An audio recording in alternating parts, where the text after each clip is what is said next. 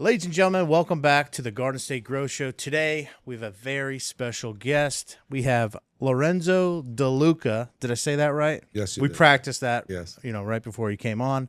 And we have Akhtar, special guest co-host from Bella Pizza. Appreciate you guys having me. He went Appreciate from guest to co-host. See what happens when you come on this show? You might end up with a job. it. We're still working the contract, We still I'm paying you in pizza or you're paying me. I'm not sure. We're still, my people are working with your people. That's right.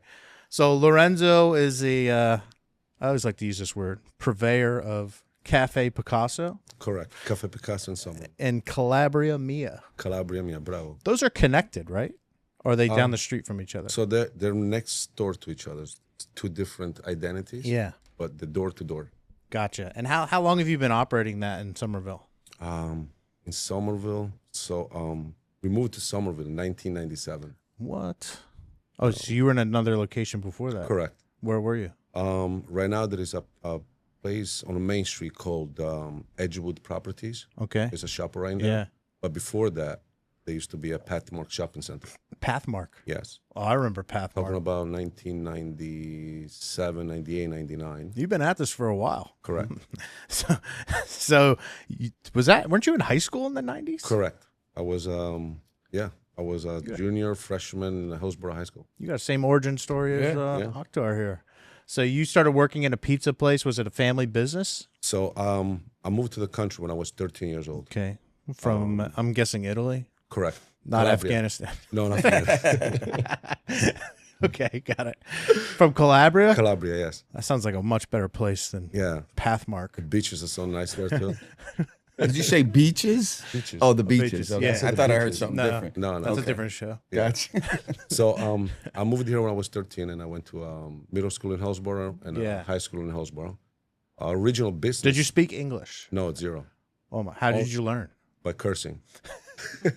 I mean, You watched R-rated movies? no, so when I came here, they put me a year back in school. So they put me in a class called ESL, English as a Second Language, for like 3. That's 4 what that hours a day. stands for? I believe so. Just learning that I mean, now. when I had the same story, but when I came up, they was called T first grade.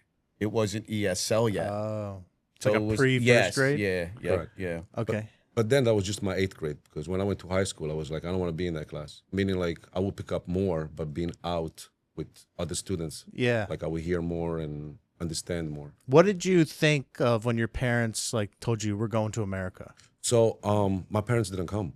What? I just came along with my brother. So No my brother way. was here prior. He came in 1988 and he was 18 years old. Then he came back to Italy in 1993 for Yeah. vacation. And then that's when I came back with him. So What mom and dad family was did you there. have here? Just him and a couple of uncles and aunts. Wow. Your parents are like, go to Italy? Yeah.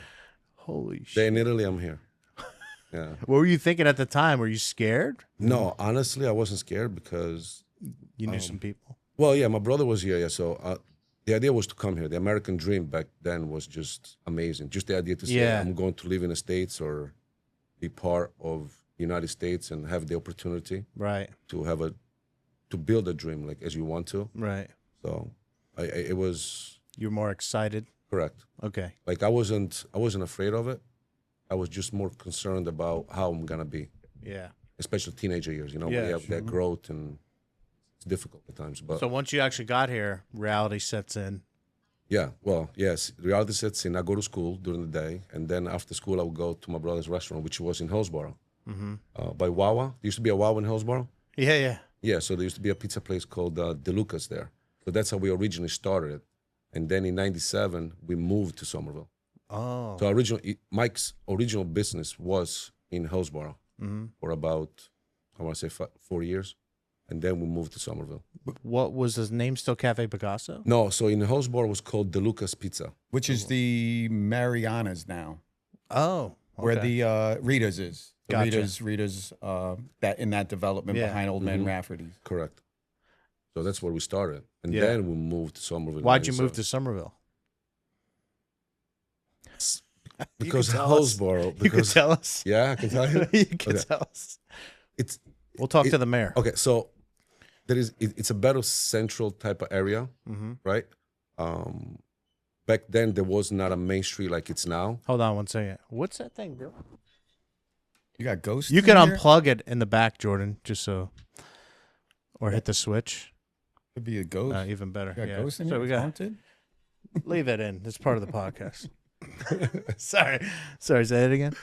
What was the question? We're moving. Why did you move to Somerville? Okay, so Somerville was like a central town. Right. It still is. Still is, and it's grown up. It's grown a lot more obviously now. But Hillsborough we felt like was more a residential area. Yeah. Where you just have a lot of shopping centers, and there was like at that time there was like 14 to 16 pizza places everywhere. Right. There was a lot. So Oversaturated. correct. And we felt like the only exposure you would get is from the people that will live within the area of Hillsborough, residential, Sure. where you are around the circle in Somerville. Yeah. You can hit every area within. Everybody's more attractive to it. Bridgewater. Correct. Bedminster. Martinsville, Yeah. Baskin Branchburg. Ridge, Branchburg, even Flemington. There's like 5 highways that converge right Correct. there. Yeah. you know? So like, it's more exposure, right? Sure. If to have a business in Hillsborough, you have to have the people that actually live here, Yeah. I believe, to support you. Which No is one's great, but- driving from Somerville to Hillsborough, exactly. right? Not at all. I mean, you would know. Yeah. No. Do you think that you and your brother Mike, forecasted and foresaw that Somerville was eventually going to develop into what it is today? Or is that something that, you kind of was surprised when the whole change happened where Pathmark property was bought out by Edgewood Water property? Did you ever think, or did you and Mike, see that coming, as things were progressing? So there's two parts to the question I'm gonna answer. So first one, when we went to Somerville, we ended up in a Pathmark shopping center, but the main street itself was like a ghost town. Yeah. That's what I was thinking. That's Yeah. totally different Yeah. 20 years ago. 97, 98, that was just a ghost town. There was nobody on Main Street whatsoever. Wow. So to your point where you said the properties and the development, the shopping center that we were in got bought out by Edgewood. So we had to Gotcha. move out. Oh. So in December of 2005, we closed where we used to be in Pathmark. Yeah. And we were lucky enough to find a store on the main street. And that's when we rebuilt. We were closed for 6 months. So to answer your question, I believe that having the construction and having the exposure with more apartments, more businesses, update the town, update the main street, right? It's generated and created it much more attraction to the downtown. Yeah. And when we moved out of that shopping center, the Pathmark, there was another 6, 7 stores within that shopping center. They were able to find a place on the main street. So I don't know if it was like, the reviving of people trying to be on the main street and bring it back. But I think it's a combination of both, I because believe. the maybe. three of us know downtown Somerville at one point, you couldn't walk at night. No, it was You know, scary. it was dark. You just couldn't walk up and down Main Street. You That's know what I crazy mean? because there's like And what you see it today, courthouse it's is like, right there and police. Yeah. Yeah. So did Calabria Mia come first? So Cafe Picasso is the original Godfather. Okay. Like the original, right? That's so, the first one you correct. opened. So once we moved on the main street, we had we took the store, right? And Did your employees come with you? only 2, Who came? Carlos and Felipe. Are they still with you today? Correct. Shout out Carlos and Felipe, man. they're still It's there. Is that which one of those is the pizza guy? One is like a manager on the floor, and one is the head chef. Okay. Yeah. In the pizzeria, totally different. Do you cook? Yeah. Oh man, can Good. he cook? What's your favorite thing to make? What's your specialty? I don't know, man. I can. Let me say this, and have had his cooking. For him to not be able to answer that question because every dish he makes would become your favorite because it's got a whole different vibe, man. Like when this man can cook, he can cook. He can cook. I'm technical when I use tactics. How did you learn? Just on the job? Honestly, and this is a true story, bro. Right? When I came in the country, right? Like I said, I was going to school. Yeah. After school, I was going back in the kitchen. I washed dishes. I started from the bottom up. So I washed dishes. I prepped. I cleaned all the proteins. So as I grew, as I was 16, 15, 18, so I moved in stations, right? Yeah. And then once I learned the whole side of the kitchen, I went to the floor and managed all the floors and events, parties, booking. So I learned both sides. Yeah. But then I went in the kitchen, and honestly, I learned by seeing all these people come in and work per se, and techniques. But mostly, I learned from my brother. And What's your brother's name? Michael. So when Michele. you say Mike, you're referring to his brother. Yeah. So, but he has his own techniques, but I feel like I defined it. I touched it better in my own way, right? Because each one of us, when you're behind the stove, it's not about are you making the dish right? Are you making it wrong, right? It's more about what you put into it, like yourself. Like Making it special. Correct. So like I might do a rigatoni vodka one way, and you might do different. You might use the same ingredient, but I use the same ingredients as a different technique per se. It's an art form. Correct. Yeah. I think it's like a personality too. You know what I mean? I think when a chef, it's more so, you know. Like when I look at a frying pan, it's like I'm making love, yo, legit. Like my eyes are glued to the. Yeah. You know, Getting just the right sear, just the right temperature. Correct. Right amount of time. So I've learned through seeing it, but then as you love it, you go deep into yourself. So you find yourself, and you truly find where your passion is, and it just comes out. So right now you don't make food at all at Cafe Me? Picasso? Yeah, I do. Oh, you do? I cook. Yeah. What nights are you there? Every day. How do I know when you're cooking so I can come? Just come anytime. I'll go in the kitchen and cook for you. He jumps right in, man. I go You right just in. jump in. Yeah, I don't hesitate. Love that. I don't hesitate whatsoever. He's like that veteran on the Yeah. bench when they need him, and he comes in. You know what I mean? So on a busy Saturday, Friday night, are you working front of house and then jump in the back? No, so I don't. No, we well organized with that. So Okay. meaning that if I'm in front of the house, I'm gonna be in front of the house, Yeah. and Mike will be in the kitchen, right? Gotcha. And it will be managing. Like his days off, I'll be in the kitchen. I mean, Carter, like I said, has been with us for 25 plus years. Yeah. So it's a hand that you trust and you want. So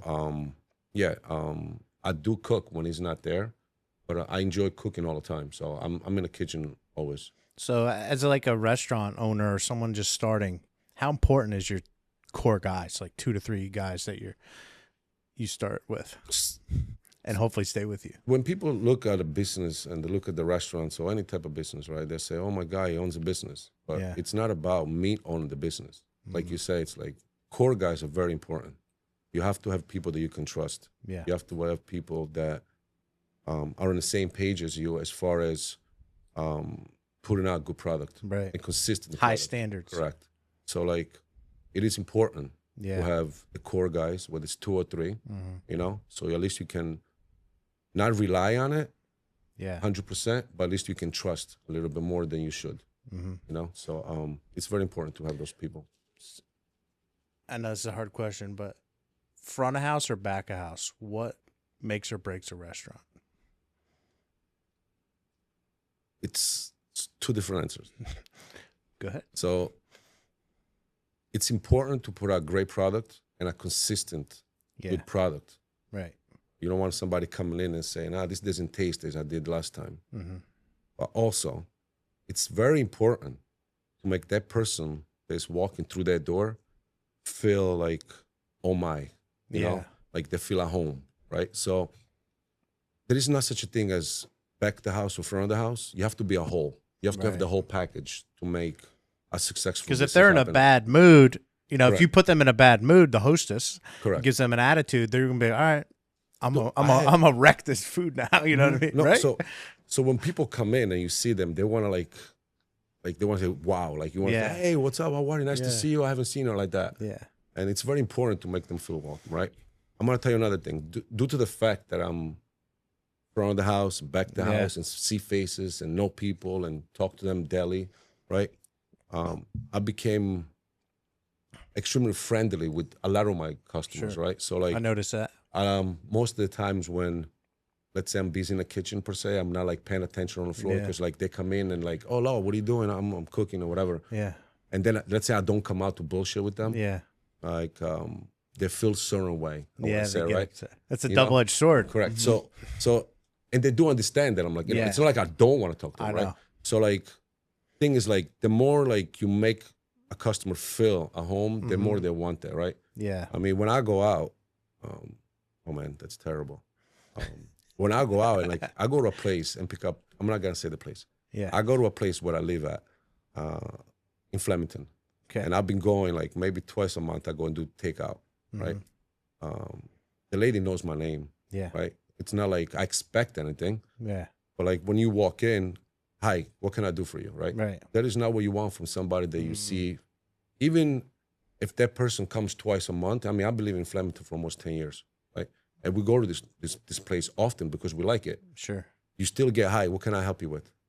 Right now. Like I'm doing a takeout. No, how are you? Like I think it's important to make that person feel like a part of their business. They're supporting your business, whether they come once a month, twice a month, once a week, or whatever it might be. You know what I mean? Yeah. So yeah, I think combining is what makes it successful. There is not, let's have the front of the house good or the back of the house good. I think the combination of both is what makes a business flourish. So as far as like what keeps people coming back to Cafe Picasso, do you think it's that full experience, the fact that you're talking to them and know their first name? Is it how they feel when they leave? I think it's a whole experience though. Like when you in it for so many years and people know you per se, they love coming to you, Sure. right? But for them to come back, there's got to be some type of connection, whether it's with the business or the owners or the way they handle it. You know what I mean? But I think they come back because they see me grow. Right. And it's not just the parents now, right? I've seen the kids and then the grandkids that come now. So it's a consistent expands through the families. Right? Do you worry about you won't be able to leave the business or retire because everyone's coming to see you? Well, I honestly, I think I'm gonna do this for a long time. We're not thinking about retirement. I'm not thinking about that. I enjoy doing that. Yeah. So you don't feel like you're working when you're there? No, because it's a passion. Yeah. Like, I mean, I'm there like 12, 14 hours a day, and I get it. I do get my break here and there. I go out, see my kid and all. Sure, sure. It's important though to be there. It's important. How old are your kids? I have one boy. He's 5 years old. Is he working yet? We get him in there. Is he working? Send him the Bella Pizza. Shout out to Little Low. Shout out to Little Low. Yeah, he comes in and he feels way too comfortable. Yeah. I say that. Yeah. Okay. He owns the place. Yeah, he says it. Yeah. He tells people this is my place. Has there ever been a day where you're like what did I get myself into? Like any time where you've retracted and said, you love this is our passion, this is what we do. But have you had moments where you're like, yes, there's been moments. I'm gonna tell you when. So once you have a family, right, this business can be draining, right? Absolutely. So, because you're not out and about, right? When people are out and about, you're actually entertaining them, meaning like providing dinners, you're cooking for them. And like, I'm talking about holidays. I'm talking about like a Mother's Day, a Father's Day, a Valentine's, or any specific holidays. And this is what we do, right?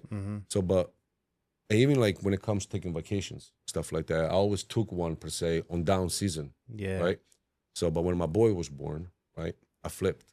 Not flipped where I didn't prioritize my business or what I do, but you have to find a way to juggle both, right? Yeah. Balancing both. And I stopped going away on down season because I felt like I deserve the same as everybody else. I work too, right? Sure. Absolutely. So I'm taking more vacations per se in the summertime and go see my mom in Italy. Yeah. And I take my boy there. So good. To say that there is like downsides or ever thought of it, yes, because you're missing out on a lot of events and family events and stuff like that. And I've seen people within the industry that never gave that time to their kid and the baseball game or the softball game and all that. And I've learned not to do that. Right. So to today, I've not missed one thing about my son. Good for you. And if I have to leave work early or I have to go see my kid or pick him up from school, no doubt about it that he comes first. Good. So there is a downside. Like you think, like what I got myself into, but the love, it's just too good not to reject it. You know what I mean? Like I love what I do. So it's important for me. How has and you can answer this too, how has the consumer changed the last 5 to 10 years? And has it changed the way you operate your business? Absolutely. I think we've become so much image based with the internet. You know what I mean? And the consumers now, I think the lack of word of mouth is still gold, the recommendation to us in this industry, in any industry. You know what I mean? I think word of mouth is still key and gold. When I tell you, hey man, you know, I tried this place, it's amazing, you should go try it. Yeah. You're gonna take that recommendation. But now it's like with the younger generation coming up, I think the lack of communication and the social skills of actually people talking is limited. I think more people are more keyboard friendly. Text, Snapchat, whatever it is. That's how, you know, so to us in the industry, in any industry, social media has been very, very key. So I think, from that. People will go and make big, all right, you recommended it, but I want to go make sure. I want to go see what it's at. Yeah, you know I want to go see what's going on online. And that's why there's a big trend. And Jordan's a young guy, you know what I mean? I'm sure he goes and looks at all the food influencers and see what's hot and what's going viral. And then I'll go try it. You know what I mean? So for guys like us to be in this industry, we've, you know, and like I said in the past, that we're a generation that had no cell phones, no internet. And now we're a generation that does have the internet and cell phones.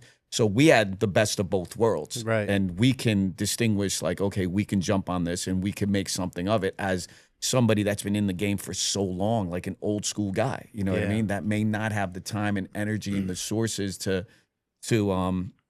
get on that and be part of the social media. So they're stuck in not necessarily stuck, but they're in that stagnant period where people want to know who's making the pizza. Yeah, because they want they want to know they want instant gratification. So are you doing any social at all? Oh, this guy is viral, man. Like this is something. He's humble and he won't say it, but I will, because you know the time and the energy and the effort he puts in his social media posts. I mean, he has it down. Are you doing all your own stuff? Yeah. Nice. I do it all. You do more video, pictures? I do both. I create my own reels. I take my own videos when I cook. I edit them. I cut them. I post them. Wow. He's a blueprint.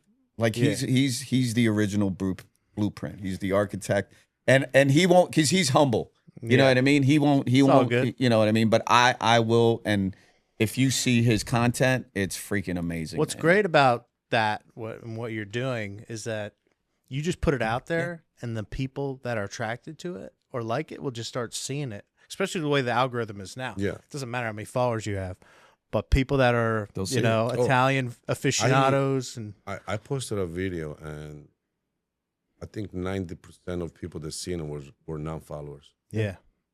That's joke. great. No kind of joke. puts everybody on an even playing field. Absolutely. And it deserves that, man, because you put the time and effort, and he's somewhat a perfectionist when it comes to his content and what he posts. He's really, really has it down to a science. You know, and I've told him for years, like, dude, you know, we've talked about it, right, Lo? Where I'm like, yo, you need to show your face. You need to do the face. And maybe that's part of the mystique. Yeah. Well, you show your hands. I show. but the timing couldn't be any better. Yeah. You know what I mean? Because he would always be like, nah. Like I said, humble guy. You know what I mean? And is very passionate about what he does. And he didn't. The thing is, like, when you put yourself out there, right? It's not about like putting yourself out there and show yourself off, right? You want to show your techniques, you want to show what your passion is and all that, right? But then at times on social media, right, you get I'm not deflecting from it, but you get a guy or anybody that's not in the industry, and they just see a dish or they see anything, and then make a dumb comment.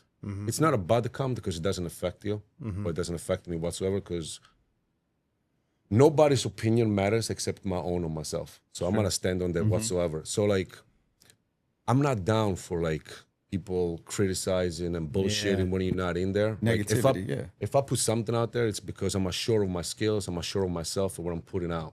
Right. So like, if you want to criticize it, so be it. But I don't shy away from that. Yeah, good. And I should have done a long time He ago. should have, but to me, and those guys. How long have you been doing it? When did you start putting out content?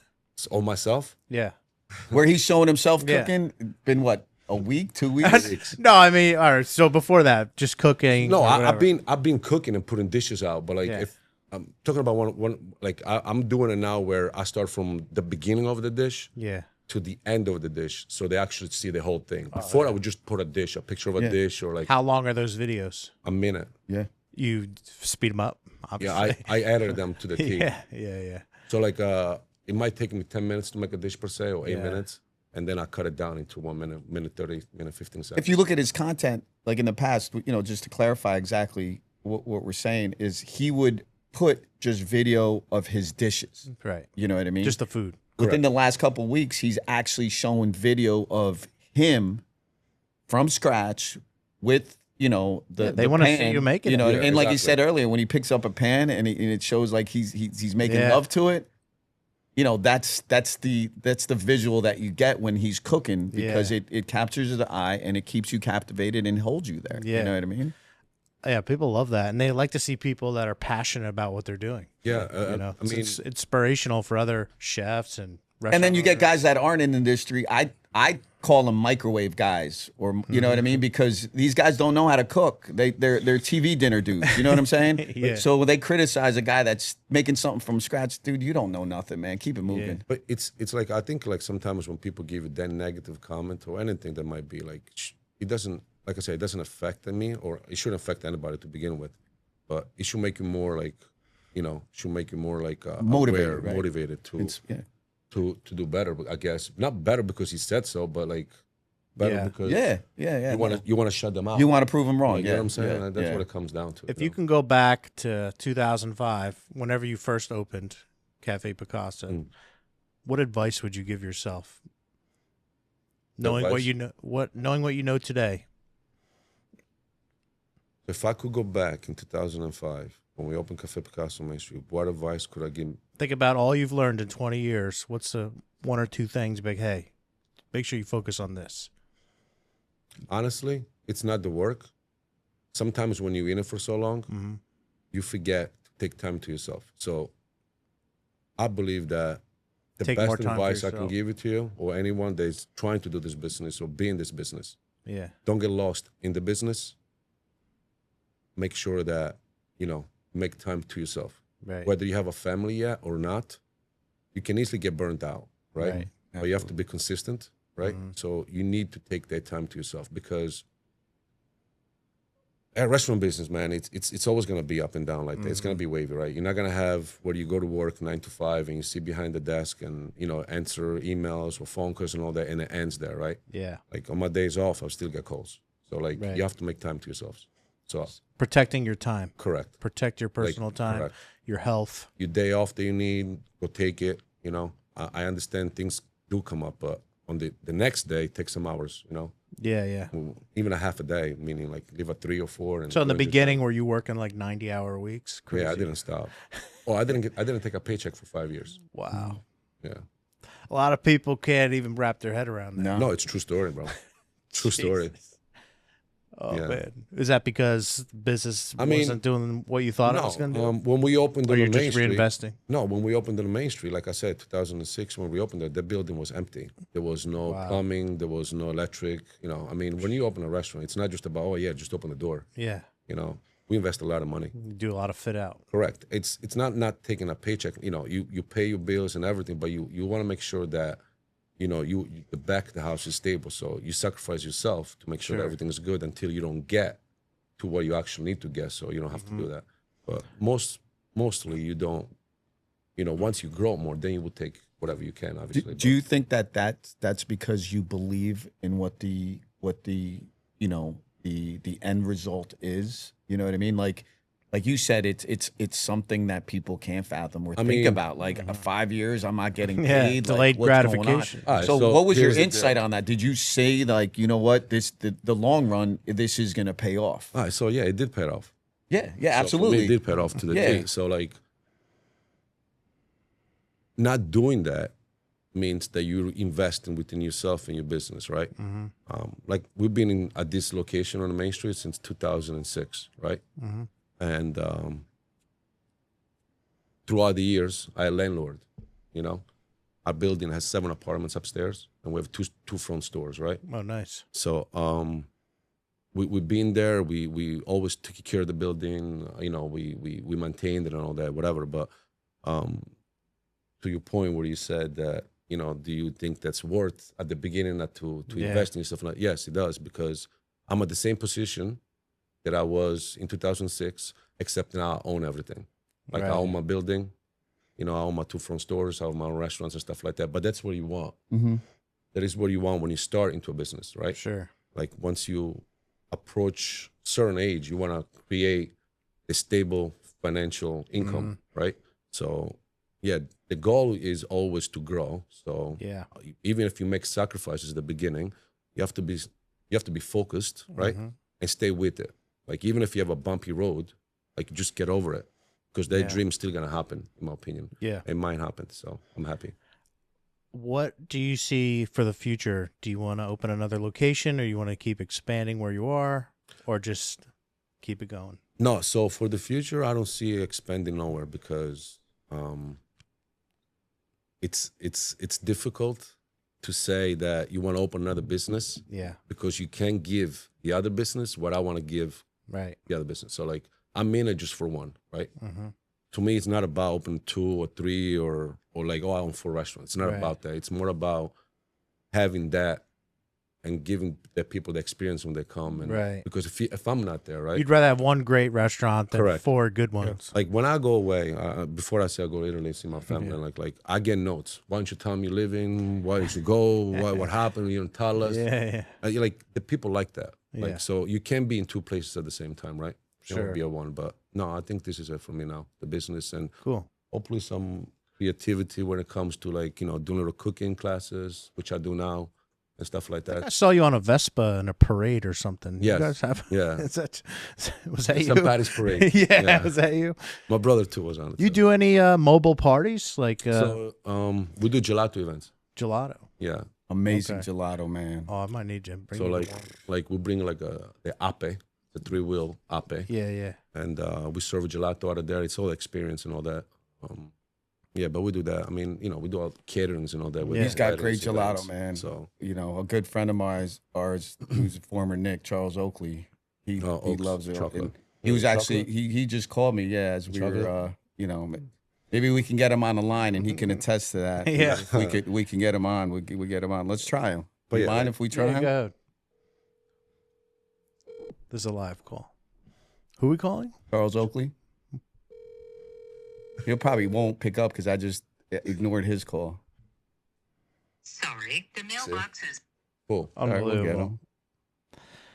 So let's think about people who are thinking about getting into this business, okay? Young entrepreneurs or somebody looking to go full-time into restaurant, you know, entrepreneurship.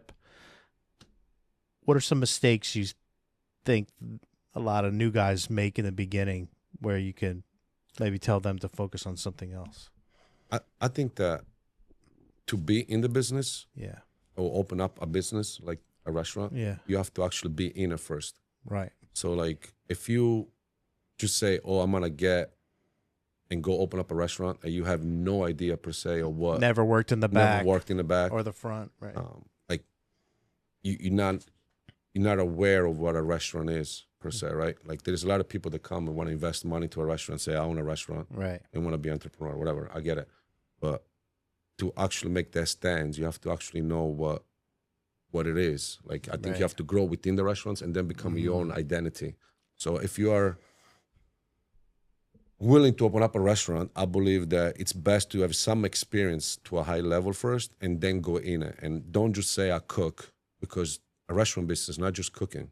Right. Like if you are behind the stove, who's running the restaurant, right? There's other things that come in play with the restaurant business, not just I'm a chef. Yeah, right? yeah. You cook, I get it. But my input would be to make sure that you are sure of every aspects of the business before you actually open up one up. Or have the right team that has that experience. You can have the right team, but that team needs to be managed by the right leader. True. So like you can have any team you want. And they got to trust that leader. Correct. Because if it's just a finance guy, I'll give you an idea. He's not going to understand. Like I'll go in the kitchen, right? Give you an idea, right? And then I see that guy's slicing a salmon fillet, like cleaning it, right? Yeah. Like if I tell him you're doing it wrong, he's gonna listen to me. Right. He's gonna take that deep because he knows if he's doing it in 3 minutes, I can fillet that in 30 seconds. Just give him an idea, right? Yeah. Because he understands the respect that I have or the work that I put into it. Right. But when you have somebody that just goes and open up a business and never sliced anything or cleaned any proteins or even plated a dish or anything like that, and you go to your chef and say, hey, I don't like that dish like that. That guy just gonna laugh at you. Right. Like, what do you know better? Yeah. You know what I'm saying? So like, to be in the business, nobody can tell you what do you know better because your idea is what the idea that stands. Like if you want that, you gotta craft it and bring it to the table. It's not a fly by night operation. Like you got to learn the whole business the way you probably did it the perfect way. Like start as a dishwasher, learn to cook. I'll tell you what, learn the anybody that asks me anything, the first thing I say is like, I start from the back of the house, I was washing dishes. Absolutely. And they look at me and they're like, huh? I'm like, yeah, bro. Yeah. That's what I did. What's the problem? And that's key because you have a lot of guys in this industry that just point fingers. You know what I mean? Tell their guys to do this and do that. And you don't earn the respect from your employees because they look at you and like, you walk around just pointing fingers. But this is a guy that, you know, he can do it all too. Whether it's, you know, cleaning the bathroom, washing the dishes, cooking, prepping, whatever. He's done it. Yeah. He continues to do a majority of it. They need so they to respect see that. it. Yeah, they need to see it. That is the changes. That is when people believe in you, right? They want to see you get your hands dirty. Yeah, they want to see like, because if I tell somebody, go do X. Yeah. Oh, you don't do X. Yeah. Well, I've done X. Now go do X and Y. Yeah. You know what I mean? Yeah. So that's awesome. The respect's there. So that's key. I mean, I think it's important for people to know this is a 30-year journey for you. Like, yeah. And if the reason why you are where you are is because of the time and effort and love you put into the business and sacrifices. And sacrifice a lot of time with family and friends. Like people don't realize Mother's Day, you're at the restaurant. Birthdays, parties, all that stuff. Everything. Yeah. So I appreciate what you're doing over there, Cafe Picasso. Thank you so much. And Calabria Mia. If you guys have never been, Somerville, New Jersey, baby. At Downtown Cafe Main Street. Picasso, is that your Instagram handle? Yes. At Cafe Picasso, watch this guy make some chicken parm and whatever else he does on camera. We'll make it all. All right, brother. I appreciate you coming on, telling your story. I appreciate that. Thank you for having me as co-host. Thank you so much, Lorenzo. It was a pleasure, man. My pleasure. Thank you. Awesome. Thanks. Thank you.